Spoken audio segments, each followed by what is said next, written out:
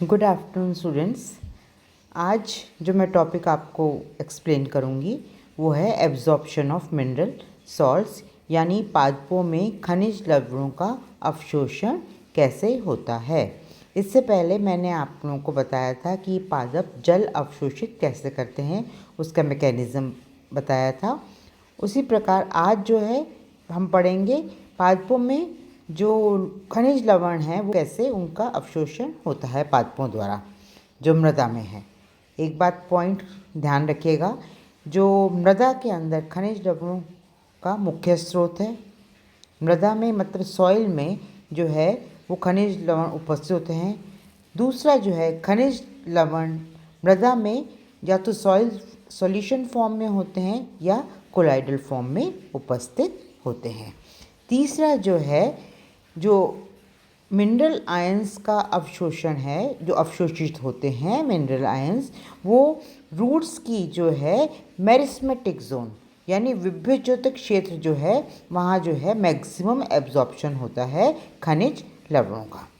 अब हम स्टार्ट करते हैं फिजियोलॉजी में। मेन जैसे आपको मैंने पहले बताया है मैकेनिज़्म मेन होता है, तो हम स्टार्ट करेंगे मैकेनिज़्म ऑफ आयन एब्जॉर्प्शन।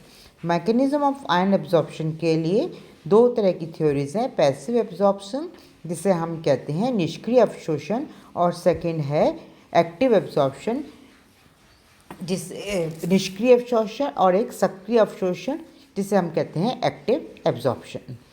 तो फर्स्ट जो है पैसिव एब्जॉर्प्शन या निष्क्रिय अवशोषण, उसमें मेन जो है इस प्रकार के पैसिव एब्जॉर्प्शन में ऊर्जा का उपयोग नहीं होता है। तो बिना ऊर्जा के उपयोग के ही जो मिनरल सॉल्ट्स हैं वो पादप द्वारा एब्जॉर्ब यानी अवशोषित होते हैं।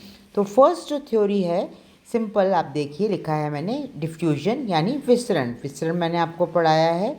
तो इस थ्योरी के अनुसार आयंस का जो अवशोषण अपनी अधिक सांद्रता से कम सांद्रता की ओर विसरण द्वारा होता है। तो सिंपल डिफ्यूजन की प्रोसेस है, उसके द्वारा आयंस का एब्जॉर्प्शन होता है। सेकंड थ्योरी आप देखिए मास फ्लो, हिंदी में इसको कहेंगे द्रव्यमान प्रवाह। तो इस थ्योरी के अनुसार आपको मालूम है कि मैंने ट्रांसपिरेशन पढ़ाया था, तो जैसे जैसे रेट ऑफ ट्रांसपिरेशन बढ़ेगा तो रेट ऑफ वाटर एब्जॉर्प्शन बढ़ेगा। उसी प्रकार जैसे जैसे वाष्पोत्सर्जन होगा, वाष्पोत्सर्जन के साथ जल जो है वो अवशोषित होगा, तो जल के साथ साथ ही जो मिनरल सॉल्ट्स हैं वो अवशोषित होंगे। यानी ट्रांसपिरेशन के कारण जल के जो द्रव्यमान फ्लो है या मास फ्लो है उसके साथ साथ खनिज लवण भी अवशोषित होंगे। इसको कहते हैं मास फ्लो या द्रव्यमान प्रवाह। नेक्स्ट जो थ्योरी है थर्ड थ्योरी, जिसे हम कहते हैं आयन एक्सचेंज थ्योरी, हिंदी में कहेंगे आयन विनिमय। आप लोग को मालूम है जड़ की सतह और बाह्य घोल के बीच निश्चित संख्या में धन आयन और ऋण आयन यानी कैटायन और एनायन जो हैं उपस्थित होते हैं। ठीक है, और इनमें आपस में एक्सचेंज होता है। एक बात को नोट करिएगा कि जो एक्सचेंज होता है केवल समान आवेश के आयनों के बीच होता है। तो यही केवल आप ध्यान रखा, जो एक्सचेंज ऑफ आयंस है केवल समान आवेश के, यानी धनायन का एक्सचेंज केवल धनायन के साथ होगा और ऋण आयन का एक्सचेंज केवल ऋण आयन के साथ होगा। अब इस आयन एक्सचेंज थ्योरी को एक्सप्लेन करने के लिए दो भागों में डिवाइड किया गया है। पहला है कंटैक्ट आयन एक्सचेंज थ्योरी, दूसरा है कार्बनिक acid theory. Contact exchange theory Hindi में कहेंगे संपर्क विनिमय सिद्धांत। और इस सिद्धांत के अनुसार क्या होता है कि मृदा कण ऋणवेशित होते हैं। इस थ्योरी के अनुसार जो मृदा कण हैं वो ऋणवेशित होते हैं जिनकी सतह पर धन आयन अधिशोषित होते हैं। इसी प्रकार जड़ की सतह पर H+ तथा OH- हाइड्रोक्सिल आयंस जो जब जल अपघटन से प्राप्त हैं वो अधिशोषित होते हैं। आयन पूर्ण रूप से स्थिर नहीं होते। एक बात ध्यान रखा, आयन कभी भी स्थिर नहीं होते, अपितु अधिशोषण सतह पर ऑसिलेशन, ऑसिलेशन मतलब दोलन करते रहते हैं।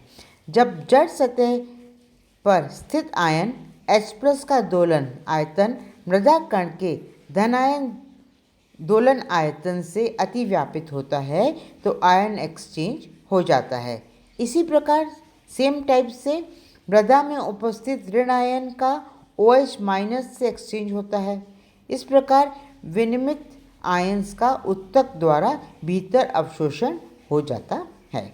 तो ये तो हुआ आपके कंटैक्ट एक्सचेंज थ्योरी। दूसरा है carbonic acid exchange theory.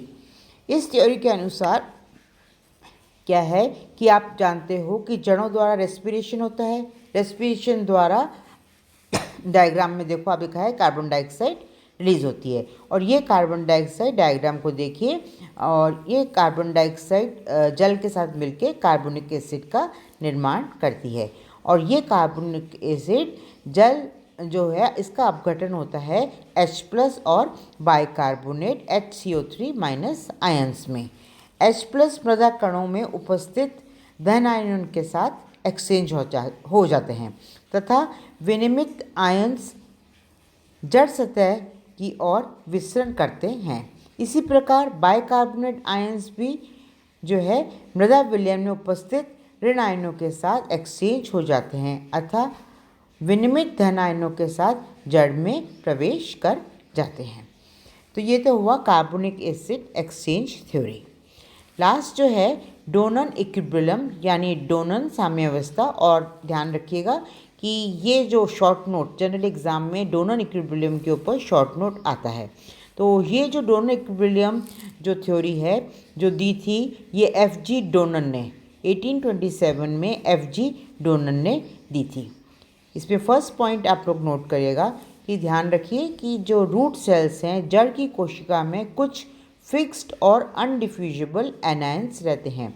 Fixed और अनडिफ्यूजिबल आयंस मतलब स्थिर अथवा अविसरणीय, जिनका विसरण नहीं हो सकता। तो ये कहाँ पर रहते हैं? जड़ की कोशिका में अनडिफ्यूजिबल आयंस की उपस्थिति होती है। अब क्या होता है कि इन आयंस के आवेश को बैलेंस करने के लिए, संतुलित करने के लिए अपोजिट आवेश के आयंस की आवश्यकता होती है, यानी कैटायंस की आवश्यकता होती है। तो क्या होगा, कोशिका के अंदर स्थिर आयंस प्रेजेंट होने पर इक्विलिब्रियम स्थापित करने के लिए कैटायंस का अंदर से भीतर की ओर विसरण होगा ताकि दोनों आवेश बैलेंस हो गए। इस कंडीशन में क्या होता है, बाहरी विलयन से कैटायंस और एनायंस का बराबर संख्या में अंदर की ओर विसरण होता है। इक्विलिब्रियम जब स्थापित होता है उस स्थिति में भीतर की ओर कैटायंस की सांद्रता बाहर की तुलना में अधिक होती है क्योंकि अनडिफ्यूजिबल एनायंस के आवेश को संतुलित करने के लिए अतिरिक्त कैटायंस की आवश्यकता होती है।